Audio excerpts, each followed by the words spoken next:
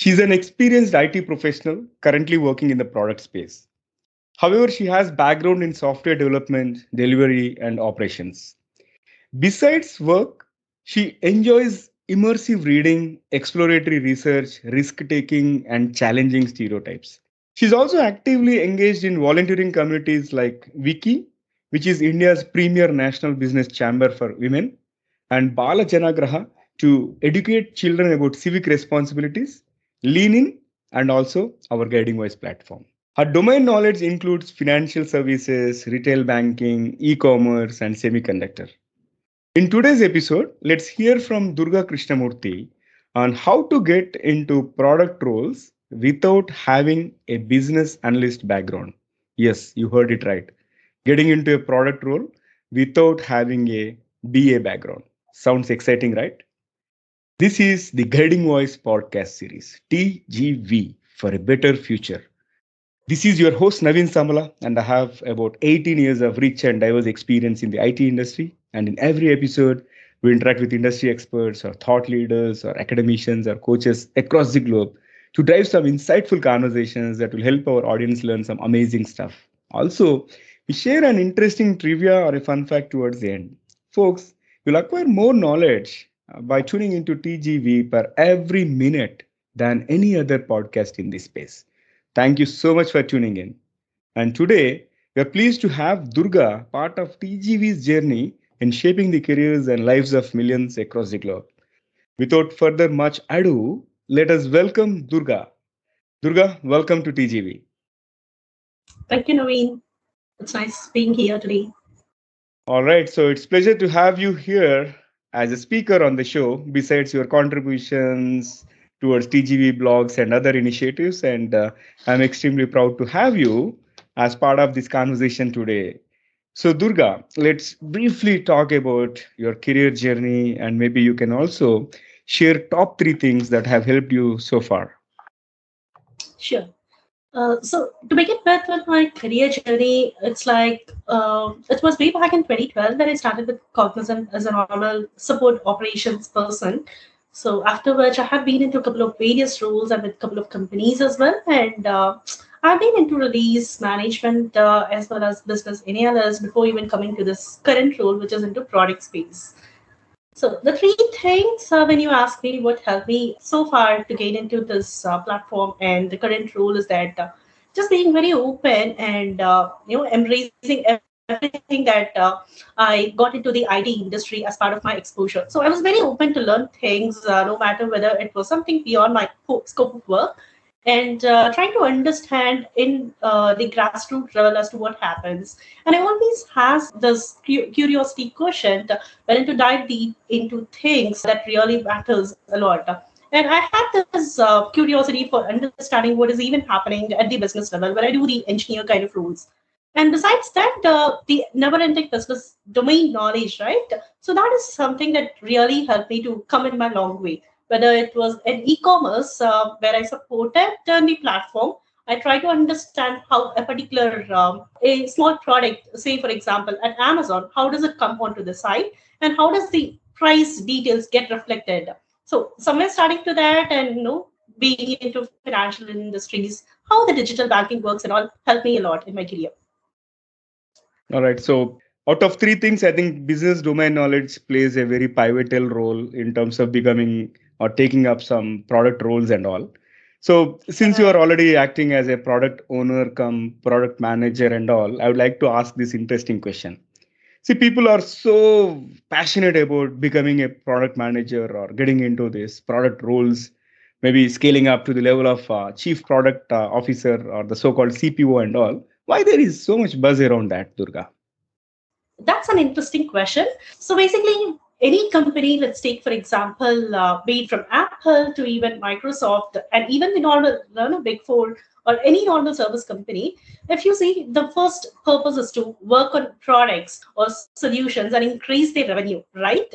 So without the sales and products, no matter we are an expert in the technologist area, that is not going to help us. So it is something that is standing in the forefront, and because of which people who are part of it do these kind of roles add a lot more revenue into the direct facing roles when it comes to stakeholders or the end customers, be it a B2C or a B2B platform. And the obviously associated with it comes a huge responsibility and huge respect as well as the huge salary, right? And I think this is the one that is making it very popular. And needless to say, I've seen a lot of people, telling that product manager or the product owner. It's all about differentiation within the company. So it's not just a title; it's much more beyond because people in the product consultant or any kind of role, also being a business analyst or a lead business analyst, also tend to perform some of the roles into that. That makes it a lot of difference. It's not just the title, but the role we really play. And not only that, huge salary. All right. Yeah, I was interviewing one of my erstwhile friends, okay, as part of TGV episode number 8, talking about role of a product manager and all. And one thing that still stayed on my mind is product manager is like kind of CEO of a product, right? Likewise, everybody has their own definition. And what is your definition of a product manager? Okay. So to me, it's very simple. I'm not just going to the nomenclatures of things. I would say a product manager, in simple, is the one who knows and understands how to communicate with even the stakeholders or even the IT people, whether it is a normal support operations engineer or an infra engineer like a DNS support person, or even the developer in their own respective terms. For example, he is the one who is leading the strategic vision. So whether it is the development of a new product or it is an implementation of ERP systems or any kind of CRM systems. So he tries to understand the customer or tries to understand what is the business objective and focuses on a vision and leads to a path where the entire product journey or the development or the software delivery cycle ends. It's like he keeps a perfect plan to make things happen with the help of people, breaking it down into chunks. And I think that is all about this role. And he doesn't have to be, he or she doesn't have to be, doing the engineer kind of roles or a QA kind of roles, but he or she will have the knowledge to know what is happening in the background as well, rather than just doing all the talking. It's more like he has a complete picture as to understand how things happen. For example, let's take Gmail inbox. So there is this requirement that comes up like whenever a person opens a Gmail, he wants to have all the mails coming into the inbox so that it is easily accessible. So do we ever understand what does it go in order to build this? But the project manager knows it how to do that. It is because the kind of what and how do we achieve that is the perfect kind of tailored plan that he will come up with, and he or she is the rock star of getting it done effectively. Awesome. So it's like they know the reason behind why a particular feature is being implemented, right? Yeah, it's like vision as well as the strategic thinking. Understanding how does it actually solve the problem is more important, as you said. So they know how to get the feature done the best out of all. Awesome. All right, now let's talk about the product roles as such, right? If I look at your career background, you started as support engineer and then you took up different roles and then BA, senior BA, and then you became a product manager slash owner now. So, do you think it is mandatory to be a business analyst before stepping into any of the product roles? Okay, so that is something that is an interesting question. To the majority of us, we think that it is definitely important. The reason is because a BA can understand what is happening in the next level. Like, for example, if we don't work with the direct product owners or the product managers, how will we know what is the activity that even happens? And how do we know what is the actual way in order to get works done as a BA? So I would say BA role definitely helps us to go in the long run and understand what is even there beyond our scope of work. But it is not the only criteria to get a product owner role or a product manager role. And when we say the product roles, it's not just only the product owner or a manager. Besides that, there are a lot many roles. So a person who is in a BA can consider to learn a lot about the user research, try to do a lot of use cases on the real world examples in order to shine as a PM or whatever role he wants to aspire for. But if a product owner role has to be mentioned in Crisp, it is something an extension to a normal traditional BA. So it's just that they try to solution something which a BA will not do with the help of the solution architects or the tech teams. That's the only difference. All right. So, which means it is not mandatory for someone to get into a product role, though they are not a BA. In that case, what will be your advice to those non BAs who want to become a product owner or a product manager? Okay, so I think the first step would be to understand what are the strengths in terms of whether the person, he or she, is more technically inclined or is more interested towards the business. Understanding that will help them, whether it is a developer or a QA. There are people who are more interested, though they are doing the everyday job as an engineer, more into technical. They will have to identify whether they are 60-40, whether it is 60% the business side they wanted to go in, or it is the 60% into the technical. In that way, they will able to calibrate themselves and go into roles before even becoming a product manager or any kind of product role. They can see what are the areas that they can look for. For example, a person who is already having an extensive experience in implementations, then he can try to think of becoming a product implementation consultant, where not only his communication but also the clarity of thoughts in terms of what the business problems are and how do he drive it with the help of business analysis skills, and see where they stand in terms of the job description whenever they apply to.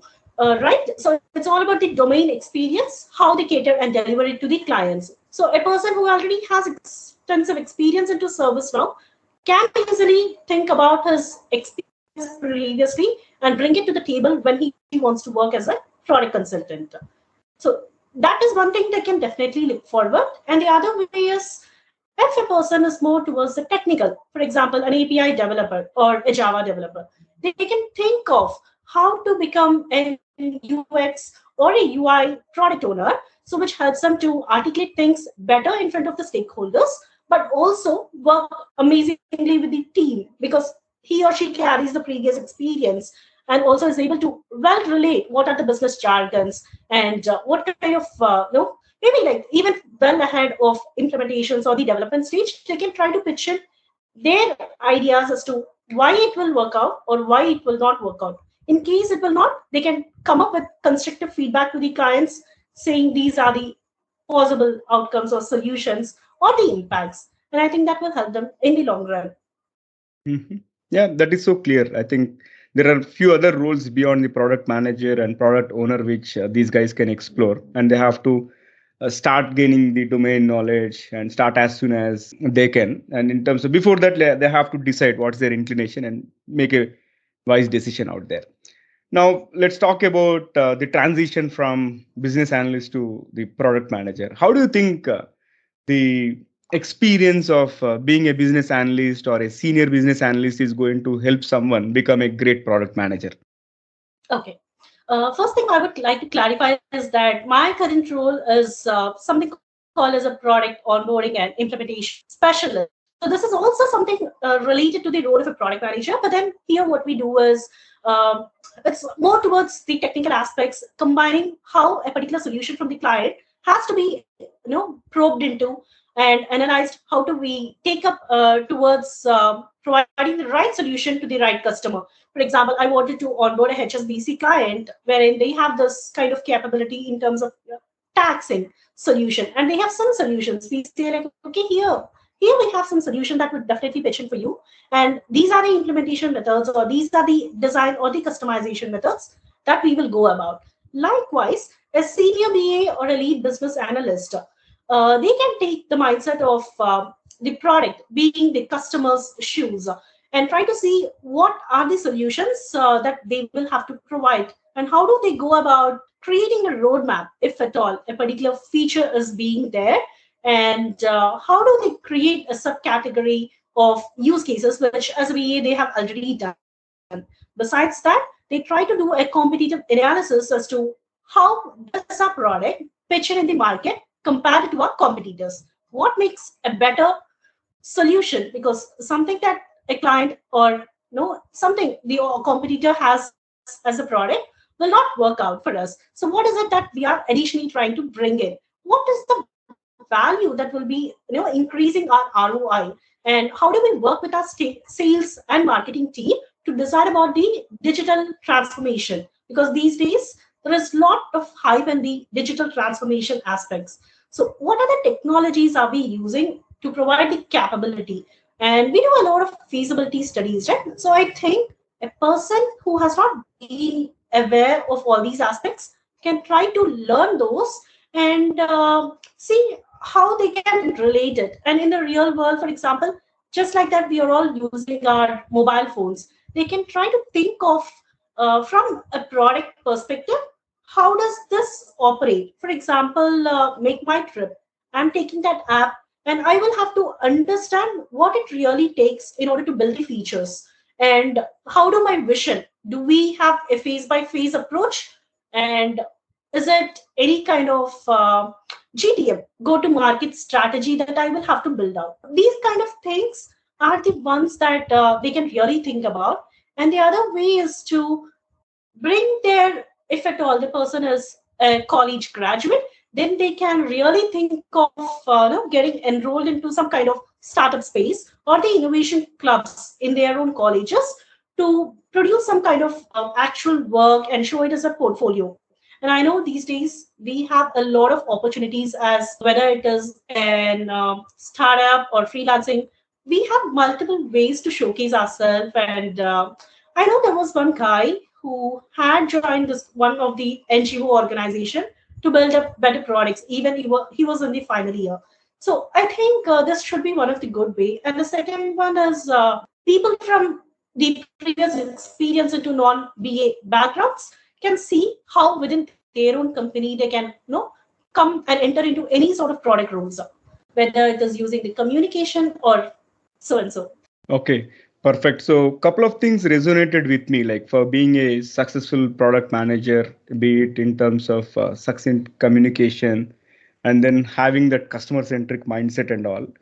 But you, as an experienced product owner come manager, can you share us or share with our audience in terms of what are the great traits of a successful product manager? One thing is an openness in the mindset. So he or she has to definitely embrace all the solutions or all the ideas that people pitch in when there is any discussion with the stakeholders or the IT teams. And the other way is to always think from the customer, or if it is a client, then client. So be in their shoes and try to think like them. So that thinking mindset is very important, blended with the product mindset. So always product evolves. So be ready to keep on going with the flow and keep iterating your solutions, because it is not going to halt at any point. And communication, as we all know, the person should be well versed in terms of communicating and collaborating with a lot of diverse people, whether it is a multi-geographic or multicultural team. Try to talk, and we have an adaptive style of communication basically. For example, let's say speaking to a stakeholder in the form of business and technical jargons. And for example, if it is Greeks to Greece and Spanish to Mexicans, so try to be in the same wavelength as they are. Whether it is a salesperson, try to have a very simple conversation.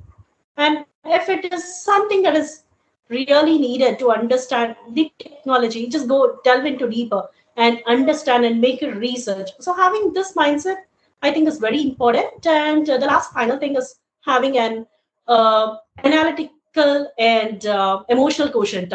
So I think these transferable skills are very, very important if you want to succeed into these product roles. Wow, those are some excellent tips over there. And can you also share with our audience on certain resources where they can look out for or reach out to learn more about this product roles and all? Sure, sure. So as we all know, I wouldn't say that there are a lot of resources in general, but I would like to definitely highlight the product school, which you all know. Besides that, my specific secrets are through the agile program, and it's for PM exercises. So you have an opportunity to do a lot of exercises in terms of creating an application or coming up with some specific marketing technique.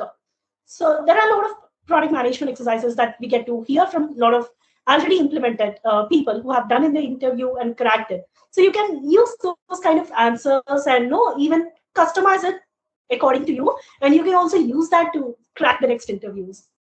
And the second thing is, I would say, try to read a lot of articles related to product management.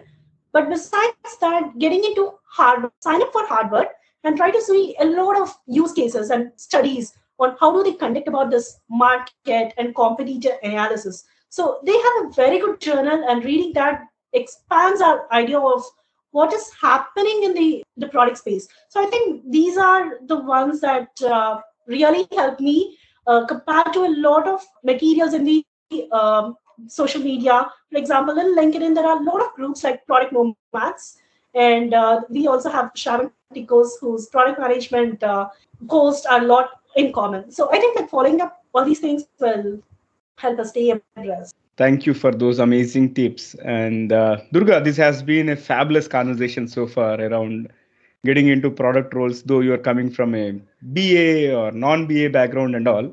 But let us lighten up the conversation, okay, and maybe add some fun element to this episode. I would like to come up with a few interesting rapid fire questions. If you're okay, what all that I need is 1 or 2 word answers or maximum one phrase. And if you're ready, let's get started. Sure, very much so. All right, great. Let me fire the first bullet. Okay, and given a chance to time travel, okay, would you go to past or future? I'm a futuristic person, so always towards the future. Awesome. I wish you get a chance to travel to the future. And with that, let me move on to my next question. What would you do if you win a $1 billion lottery? So to be honest, the moment I get it in, I will be like yelling. I'll be like telling everybody as much as I can in the phone. And practically, I would take 1/4 of that and put it in my own savings account. And it's like Binda's life. I'll be watching TV and doing everything that I'm passionate about. So whether it is any volunteer or quality, I'm like okay to do it because I already have a lot of money. Second, I would be using the other no 3/4 of the amount, trying to invest in any kind of real estates because I'm always fond of this villas. So I just go buy prestige villas and let it for rent. And using that money, I'm like completely a philanthropist. I get to people, empower women, and definitely support a lot of organizations for children's. So this is going to be my plan. And I really wish someday I get this lottery. Good luck on that. So, Durga, let's move on to the next question. What is one random skill that you would like to learn? Yeah, so there's this aspect like calligraphy, which I'm always fond of. But I've been writing a lot of letters, trying to do some lot of scrambles and all. So one day my mom said, "Hey, what is this going to give you? Just leave it and start reading. At least you will get a good place." So this is something that I want to know expand if at all I get a chance. Interesting. All right, let me move on to my next question. What is the funniest moment in your life so far? This is something that I haven't shared with many of them, but yeah. So there was this situation in my 11th standard. So in my school, one day I had this two best friends sitting in my right, and there was this one girl that was sitting in my left, who became a new friend. And these two girls had this kind of possessiveness because of which we three of us fought. And in that, the whole day, I was so upset that even in my sleep in the night, I was thinking about her, the one who is beside me, that okay, why is she scolding me so much? And it was when in my dream that I had this that all of a sudden during a fight she tore or like she bit my ear and the ear came off. And I was like really so much afraid that how will I go and tell this to my parents? And with that, I woke up my sleep and it was like a nightmare for me. So this, the ear that came out was something I took home. So this was the entire dream that I had, which is the very funniest moment of my life. It doesn't happen, right? But yeah, I don't know. Somehow 11th standard. Funniest and scariest as well. Probably you might be watching so many horror movies or so. All right. True. I'm a fan of aliens, so I keep dreaming a lot about aliens. I see. Yeah, we would like to know more about aliens in the next episode. Then, with that, let me fire the last bullet out of the rapid fire. So, what is one electronic gadget that you'd like to see or invent? Huh. So, electronic gadget, I've really not thought about it. But maybe to answer your question, as I said, if there is a real chance for me to meet an alien, then that would be something with the help of electronic gadget. Immediately go to this alien space and become friend of this alien because I really wanted to see how they are. That would be something that can be inventable by someone. I would be the first one to buy it. All those startup enthusiasts, I think here is one product idea for you from the renowned product manager. This has been an interesting rapid fire, and with that, let me flip back to the mainstream, Durga, and ask you one final question for today's conversation. So now that you have reached a successful position and you are aspiring to scale bigger and bigger heights, right? So after gaining this much of knowledge and wisdom, what will be your one piece of advice to those aspiring to make big in their careers? The only thing that I can tell is whether it is a person who is not ready for the job or the one who is already in the hunting process, always try to not look on the titles that the job posting is. Only look into the description. And if you're 50% ready also, just go ahead and apply it. Don't ever self-select out yourself because that is not a job. That is the HR's job. So we never know when our luck will hit us. So try, go and apply, even if the role is demanding.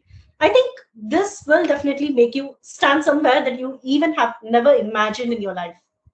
This is an excellent tip and unique thought process and all. And I'm sure this will help all the job aspirants to think differently and they need not filter themselves. Okay, that's what I can infer from it. Thank you for that amazing tip. And Durga, this has been Yeah, fantastic conversation. Thank you. thank you so much, Naveen. Actually, the reason why I told this also because it was like 4 years ago. I had applied to something in EY, and with that, they had come back after 4 years. So I think this is the power of applying to anything that we are really passionate about. Mhm. Great. I think you're a live example, and thanks for sharing that aspect as well. And in fact, we're really happy to have you part of TGV's journey in shaping the careers and lives of millions across the globe. Thank you so much. Thank you, Naveen. It's a real pleasure. All right. So it was pleasure speaking to Durga. And folks, before we move into the trivia section, here is a small request to all of you. In case if you haven't subscribed to us, request you to subscribe from the app where you have tuned in so that you'll be notified of all the future episodes. Also, if you have loved this episode and found it useful, request you to share with at least three of your friends or colleagues who can benefit from TGV because your friends will also learn new stuff like you and we will gain some new subscribers. That way, we'll reach more and more people. Thank you so much in advance. Also, do not forget to provide your rating and review because it will be awesome to see what you feel about TGV. Now, let's hop on to the trivia segment of today's episode. See, today we had a detailed conversation around the product roles and what it takes to be a successful product manager or a product owner. I would like to talk about a product, okay, from a prominent tech company called Google, and the product name is Google Wave. You know, Google Wave, when it was announced way back in the Google I/O conference way back in 2009, it was a darling. Like everybody were curious to see how the product is going to look like, so on and so forth. But you know, it failed. And the reason being, it tried to change the consumer habit. And it was a tool like no other. Not only that, it tried to unify the workspace and collaboration platform before even the remote work boom happened. I'm assuming, like, in case if Google Wave was launched during early 2019, then things would have been different.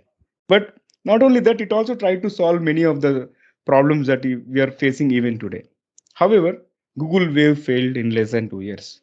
And when we look at the way this platform was rolled out, it's not surprising that it ended up like a blip in the history of SaaS innovation. And upon doing some deep dive into the reason why this particular product is failed and all, we found out that lack of product focus, positioning problems, and lackluster release plan. We wanted, they rushed to release the product for some of its problems. And not only Google Wave, likewise, there may be n number of products which didn't see the end of the tunnel due to various reasons. And I would like to really hear from you about any products that didn't see the end of the tunnel or that didn't come into existence because of any reason.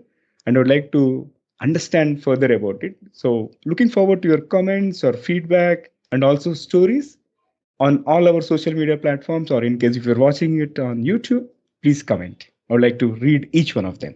That's all for today. Thank you so much for tuning in. This is Naveen, and I'm just a fellow professional and learner. I would say I'm on a mission to make a difference in the lives of millions across the globe. Until next time, bye bye.